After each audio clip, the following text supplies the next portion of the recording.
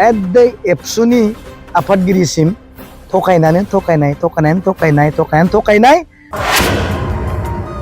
बिसायख'थि फोसावदिं मेलाव बिक्रम दैमारि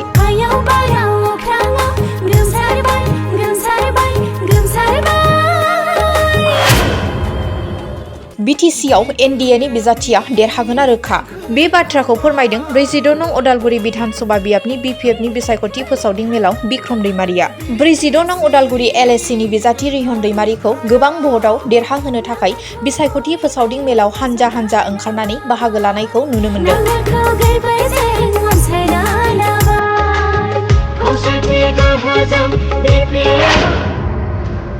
रायजोआ दिपेन बर' बिथांखौ मोजाङैनो मिथिगौ।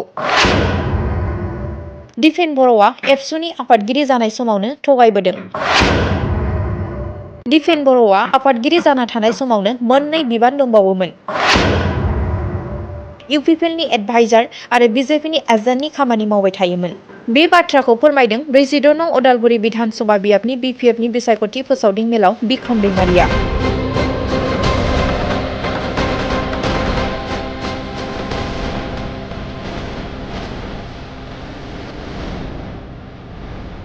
गोथार फरायसा आफादनि आफादगिरि जाना थानाय समावनो बिथाङा बिजेपिनि एजेन्ट हिसाबैबो खामानि मावदों। बिनि फोरमाना दंखायो।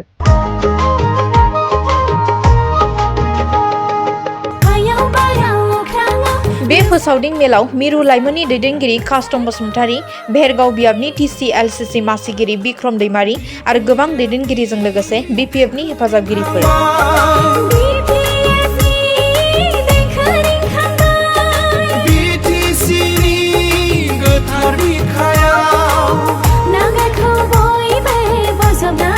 जोंहा बे 46 नं बिधानसभा जोंहा रिहन सार दैमारिनिनोखा रावनिबो नङा। बेयाव जोंहा प्रतिजगिता होननाय मोनसे बिराद फेक्टर दङ होननाय आं सानाखै। कारन दिपेन बर' सारखौ गोरलैयैनो रायजोआ फेजेनगोन हाथारगोन। कारन रायजोआ दिपेन बर' बिथांखौ मोजाङै मिथिगौ।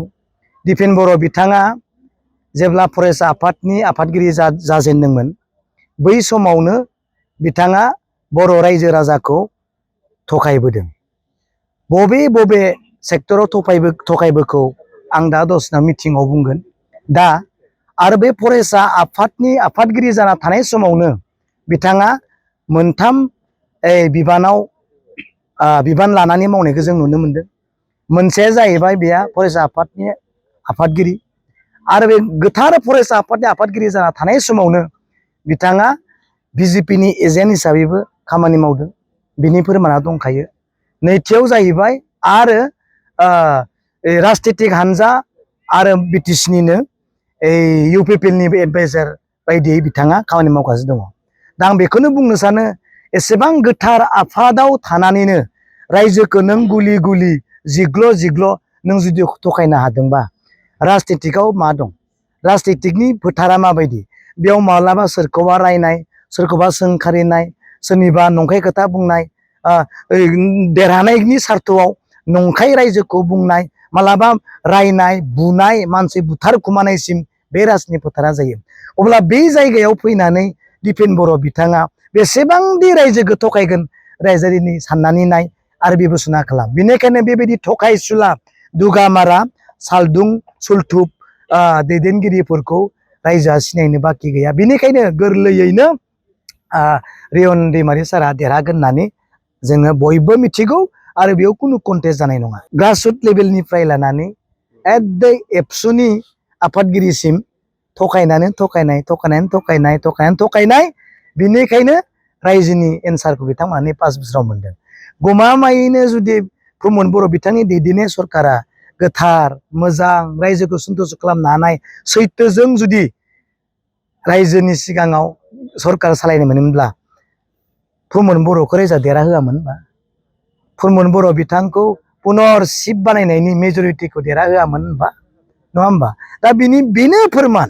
जों गोबां खोथा बुंनांलायगौआनो गैया जे रायजोखौ थगायनायनि थाखायनो दुगा आरो खुगानि थाखायनो थगायसुलानि थाखायनो रायजोआ 5 बोसोरावनो प्रमद बर'नि सरकारखौ बिदाय होदों। गारि होनाया खामानि मावनो होदों।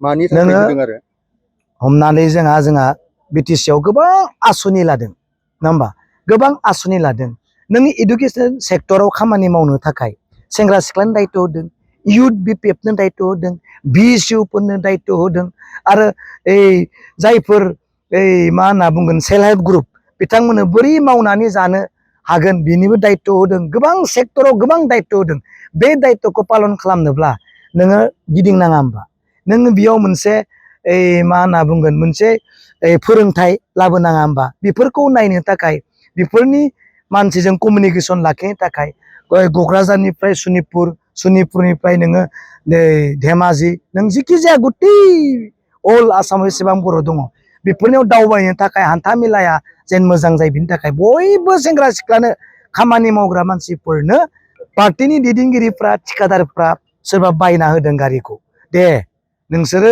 बिदि बलेर' स्कर्पिय बायना हो होननानै बुङो दा बेनिखायनो जोंबो मोनदों जों गिफ्ट होनायखाय जों लादों जों खामानि मावलांगोन इजियैनो गोरलैयैनो देरहागोन आं आगोलो बुंदों आरो दाबो बुंगोन खुनु प्रतिजगिता गैया हाइ भट मेजरिटि बेसेबां डिफारेन्सआव देरहागोन बिनिसो दा जोंहा बादायलायनाय दं खिन्थु इउजि ब्रह्मआ बुंदों दिसपुरनिफ्रायसो BTC खौ सालायहरसिगोन होननानै औ बिसोरो सालायहरगोन बिटिआरखौ सालायहरगोन बिसोरो जोंहा BTCसो नालाय